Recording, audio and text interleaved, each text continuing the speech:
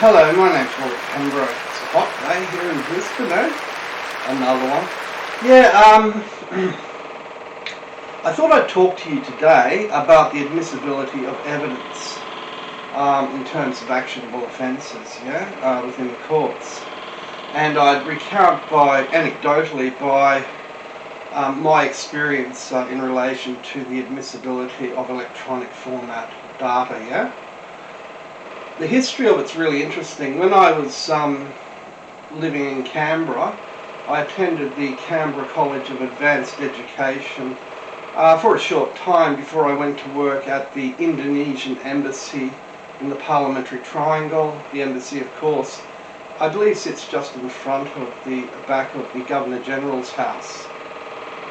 Now, when I was at the College of Advanced Education, there was a bit of controversy that had been cleared in relation to the use of compact disc rewritable discs. You know, the ones, the computer discs you can rewrite, you can sort of put something on it, and if you don't like it, you can remove it and put something else, And this was rather contentious for the courts because it meant that if you had information on a disc, you might not be sure about the veracity of what you're looking at, because you might be looking at something else when you think you're looking at the correct data, And so they developed what was called a compact disc read once or something, the ROM, the read once, not many or something, You can only write onto them once. And I thought it was rather interesting because they cleared up the matter and they said, it's okay as long as it comes on, I do believe at the time, CD-ROM, An interesting thing happened to me when my mother was lethally injected. One of my siblings phoned me, because I wasn't there. I couldn't be there all the time. I didn't have much money, so I couldn't be there all the time. I had other things to do. It was a very long day. And I recall I was at home and one of them rang me. I believe it was my sibling, James Pembroke. And he did indeed say to me that my mother was ready to pass away. I presume it was via this lethal injection method that they had chosen, that the hospital had chosen.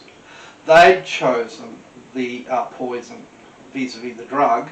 I didn't choose it, they chose it. Fair enough, I don't know what to choose, I'm not that clever. And he asked me if I could make it up to the hospital to consent to the injection of the lethal dose of drug they were using, the poison, And I said, look, I'm really busy now, because I don't like to do that, I don't like to rush off my feet and do something so tragic, really. It's a terrible thing to have to do, isn't it? To have to do that to another human being. I need time to think about it, I can't just rush up there and consent at the whim of other people what to do, especially when they can be quite impulsive and proactively aggressive towards me. So I was stuck in a bad position. If I went up there, in all likelihood, it wouldn't be a very nice scene. So I decided not to go. I thought, I'll wait until the next day, and if she's still alive, I'll go and see her then and have a look. But I couldn't do that because they were kind of wanting to get it happening, They wanted to usher me forward. So rather than have them try and have me detained indefinitely without charge involuntarily under the Mental Health Act, which a number of them had done on a prior occasion, I decided to agree to it. But I couldn't be there because I just couldn't get there quick enough for them. So I had to consent over the telephone. Now the problem with this is that they don't tangibly see me, do they? They can't see me eye to eye, they can't shake my hand, they can't do anything. How do they know when I'm speaking on the phone that it isn't about something else? That the subject matter isn't about, I don't know, the price of eggs in China or something, How do they know that? You see what I mean? It's one of these big issues that's been contended within the humanities, this kind of Tower of Babel effect that occurs in human communication, the communicative action of speech, especially in moments of duress, in terms of a stressed human subject, because it is quite stressful, isn't it? And I put it to you that the admissibility of that type of evidence, a phone consent, It's rather contentious, and I don't think you'll find it in case law. So I do believe that particular decision hasn't been made in the courts. And people who are acting on the basis of a phone call, saying, oh, it's okay to kill such and such, sure. They're probably acting improperly. It's probably not right.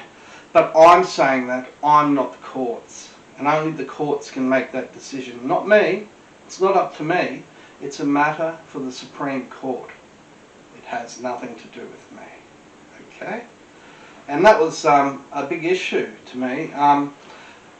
And what made me think about it was, again, I was in the ACT Magistrates Court in Canberra doing a court report for the Court and Parliamentary Reporting Curriculi, which I couldn't afford to do. I just didn't have the money. And I remember sitting there and a lawyer coming out of one of the court chambers, because there's like over 10 magistrates court chambers, I believe, in that ACT court precinct. And there's quite a few Supreme Courts, isn't there? Because they can sort of jump from one to the other, can't they? And that's what occurred to me, because there was a lot of kerfuffle about this or that person having to action a whole heap of cases in relation to, I think, no more than one or two people or something. It had something to do with the chain effect, yeah, between different actions, because there were different charges that had to be laid in relation to different things and so on. It sort of stacked up, you know. It was quite layered apparently, and it took up, if I recall, I think it took up over 10 courtrooms. Does that sound familiar to you, that one? I do believe it was 1988, yeah? It was just prior to when I left the Canberra College of Advanced Education. That became the University of Canberra, and I went to work in the Embassy of Indonesia in the Parliamentary Triangle just near the Parliament, yeah? Okay, so if you're thinking about things like that, that's not me. I don't have to do that. I don't have to prove anything. In fact, I can't prove anything because it's evidentiary matter that can only be viewed to me as hearsay. So, you know, it's worth thinking about when people want to rush through things, because I know that that has something to do with the fact that people want to give this to me, you know, periodically. They think it's hugely funny, don't they? It kind of is, really, because it really drains on a person, doesn't it? Okay, so thanks very much. My name's Robert Pembroke. I've just described to you the history of material fact within evidentiary matters, the contentious aspects of it, some of which have been resolved and some of it hasn't. I dare say that one about telephone consent for lethal injection has not been consented to. Yet the Premier of Queensland has consented with the Parliament to the administering of lethal injections when they haven't even resolved that issue. Anyway, thanks very much. Goodbye.